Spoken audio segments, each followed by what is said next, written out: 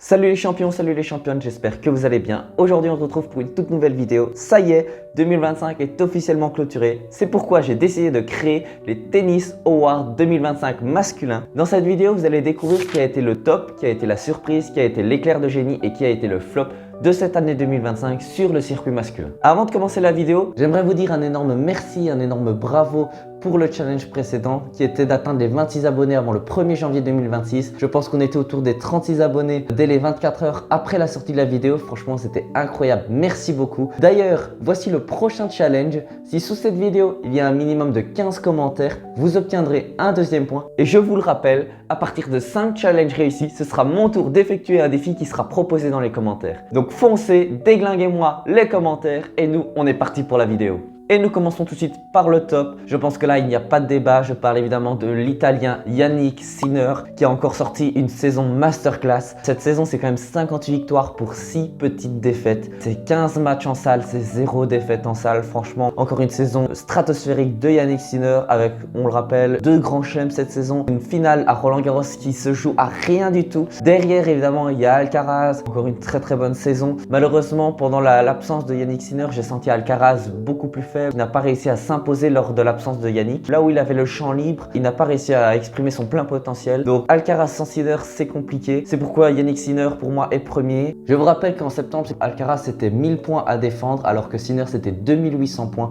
Et pourtant en fin d'année, ça s'est joué presque au dernier match lors du finals de fin d'année où Sinner avait créé une remontée incroyable. Alcaraz devait gagner 3 matchs pour devenir premier mondial alors que Sinner devait gagner le tournoi. Sinner a gagné le tournoi, malheureusement pour lui, Alcaraz avait remporté ces 3 matchs et est devenu le numéro 1. C'est parti, on passe à la surprise et je suis très content parce que c'est nul autre qu'un Belge, Raphaël Collignon, qui a encore sorti une saison masterclass, 42 victoires pour 23 défaites. C'est un quota différent de Yannick Sinner, mais il faut quand même l'avouer que c'est des résultats impressionnants. Ces passages de la 122e à la 73e place mondiale. Raphaël Collignon, c'est 2 participations en Grand Chelem, c'est quand même 3e tour à l'US Open en battant notamment Ruud 12e mondial, en battant Dominor 8e mondial et en battant Fokina 14e mondial. Ça fait quand même 3 membres du top 15. Et puis il y a aussi la Coupe Davis, demi-finale avec la Belgique, en battant la France, en battant l'Australie d'Alex de Minaur. Saison impressionnante de Raphaël Collignon qui mérite amplement son titre de surprise de l'année. Derrière lui, il y a également l'Américain Lerner Tien, encore un parcours incroyable lors de cette saison 2025, qui est à 43 victoires pour 26 défaites, donc dans le même standard que Raphaël Collignon. L'année dernière, Lerner Tien avait été jusqu'en finale de l'ATP Next Gen. Cette année, ses victoires face à Alexander Brooks, le Belge. Donc encore un parcours incroyable de Lerner Tien qui mérite également sa place de surprise de l'année. Passons maintenant à l'éclair de génie. Mais qu'est-ce que j'entends par l'éclair de génie? J'entends un joueur qui a fait une saison correcte, voire moyenne, mais qui lors d'un tournoi a tout explosé. Et je pense que vous le connaissez tous. Je parle évidemment de Valentin Vachereau, le monégasque, qui lors du tournoi de Shanghai a sorti une masterclass. Parce qu'il faut le rappeler, Valentin Vachereau, avant le tournoi de Shanghai, c'était 204e mondial. Il n'était pas censé jouer ce tournoi. Mais bon voilà, avec les blessures, avec les maladies, avec les forfaits, il est rentré dans le tableau des qualifications. Il a passé les tours de qualif. Et là, quand il est rentré dans le tableau principal, il a battu du monde. Il a battu Bublik, hormis Alcaraz, c'est le seul joueur ayant battu Yannick Sinner lors de cette saison 2025. Il y a eu également Machak, il y a eu également Holger Rune, le Danois. Il y a eu Djokovic, voilà, malgré qu'il soit sur sa fin de carrière, battre Djokovic c'est quand même un énorme exploit. Et évidemment, vous connaissez tous cette belle histoire de famille en finale où il a affronté son cousin Arthur Rinderknecht dans une finale familiale. Mais au final, c'est Valentin Vachereau qui s'est imposé lors de ce tournoi de Shanghai et qui a créé la plus belle histoire de cette année 2025.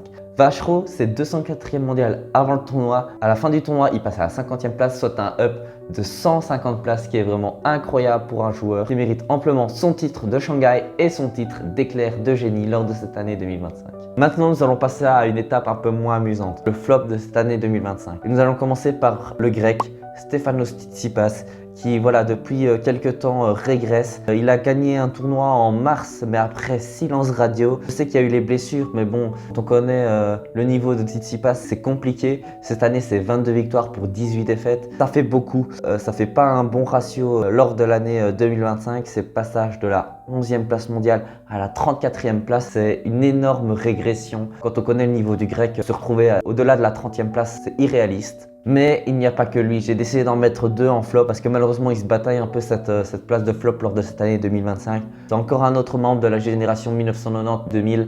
Je parle évidemment du russe Danil Medvedev. C'était une saison un peu plus compliquée. Il passe de la 5e place à la 13e place. C'était une régression mais pas encore extrême. Ça reste quand même 43 victoires pour 23 défaites qui est un relativement bon ratio quand on compare aux autres. Malheureusement, quand on regarde Danil Medvedev, ses premiers mondiaux, ça a été des grands chelems. Et quand on regarde ses résultats en grand chelem cette saison, c'est premier tour à l'US Open, premier tour à Wimbledon, premier tour à Roland Garros et deuxième tour à l'Australian Open.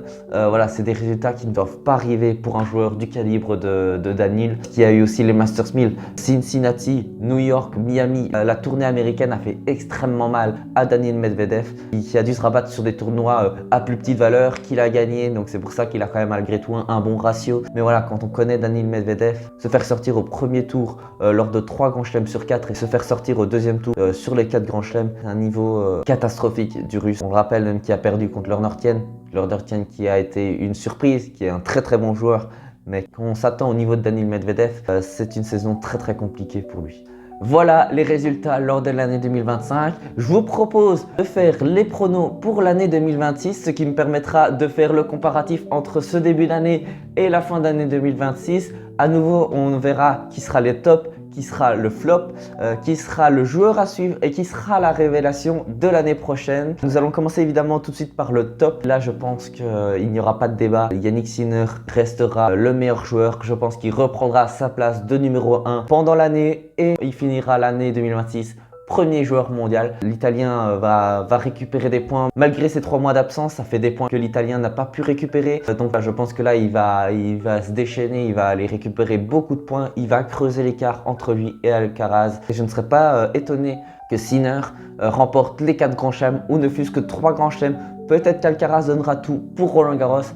Mais je pense que lors de cette année 2026, Yannick Sinner restera tout seul devant. Voilà, Alcaraz va avoir un peu plus de mal lors de cette saison. Sinner restera numéro 1 et restera au-dessus d'Alcaraz lors de cette saison 2026. Passons maintenant au joueur qui pour moi sera la révélation de l'année 2026 et je suis très content parce que à l'instar de Rafael Coligno en 2025, cette année 2026, je pense que ce sera Alexander Brooks, le jeune belge de 19 ans. Voilà, Alexander Brooks, l'année 2025, c'est quand même 46 victoires pour 28 défaites. C'est passage de la 158e place à la 112e. Ses premières participations en Masters 1000 et ses premières victoires lors de sa deuxième participation en Masters 1000 lors de cette année 2025. Il faut aussi rappeler ses finales de l'ATP Next Gen qu'il a perdu face à Lornertien, qui a été la surprise de cette année 2025. Donc franchement, ça promet un très haut niveau venant de la part d'Alexander Brooks. Donc joueur également à surveiller lors de cette année 2026. Maintenant, je vais vous donner le nom de certains joueurs à suivre lors de cette année 2026. Le premier, très solide, très grand, le Britannique Jack Draper. Jack Draper sur la saison 2025, c'est 30 victoires pour 10 défaites. Malheureusement, il s'est blessé à l'US Open, ce qui l'a forcé à déclarer forfait pour la fin de saison. Mais Jack Draper, c'est très solide sur terre battue, c'est très solide sur dur. Le Britannique, c'est quand même finale à Doha. Puis directement après, c'est victoire au Masters 1000 d'Indiana Wells en battant Fonseca, en battant Fritz, en battant Shelton, en battant Alcaraz sur terre battue et en battant en finale Holger Rune, ce qui est vraiment un parcours exceptionnel. Donc attention à lui, il va faire peur. Lui pourrait sans aucun doute rentrer dans le top 5 lors de cette année 2026. Mais il faut faire attention également à Jakub Mensik, le Tchèque. Cette année en 2025, c'est quand même un Master 1000 remporté face à Djoko. Blessé, certes, mais ça reste une victoire et une victoire de prestige. Donc faites attention à Jakub Mensik. Et nous allons passer au moment le plus triste de cette vidéo, le flop 2026. Je suis désolé pour tous les fans de Carlos Alcaraz, mais pour moi malheureusement ça va être une année très compliquée pour l'Espagnol. Malgré son changement d'entraîneur, il a été un petit peu la victime de ses accords financiers. Je pense que Alcaraz va avoir besoin de temps pour retrouver une stabilité. Ça reste Carlos Alcaraz, donc avec un niveau des victoires. Mais je ne serais pas étonné que lors de cette année 2026, il se fasse distancer par Yannick Sinner. J'ai peur qu'il soit moins tranchant sur le terrain et je ne serais vraiment pas étonné malheureusement de le voir à la 4 ou 5e place lors de cette fin d'année 2026. On entend bien, c'est pas un énorme flop, on parle pas d'un passage de la 2e place à la 20e place. Mais quand on connaît le niveau d'Alcaraz, quand on sait à quoi s'attendre venant de l'Espagnol, ça va être une année beaucoup plus compliquée pour lui. Ça va être une année de transition, d'adaptation. Voilà, je n'ai aucun doute que lors de l'année 2027, il reviendra plus fort. Mais voilà, lors de cette année 2026, je classe Alcaraz en tant que flop de cette année 2026. Ça y est, vous connaissez mes résultats pour 2025 et vous connaissez mes pronos pour 2026. Dites-moi en commentaire si vous êtes d'accord, si pour vous, vous avez un autre avis, si quelqu'un mérite une autre place. Si cette vidéo vous a plu, n'hésitez pas à aller voir cette vidéo sur le tennis féminin. Je vous souhaite encore une très bonne année, que tout aille bien, prenez soin de vous. Et nous, on se retrouve pour une prochaine vidéo. C'était Tim, je, Seth et ciao!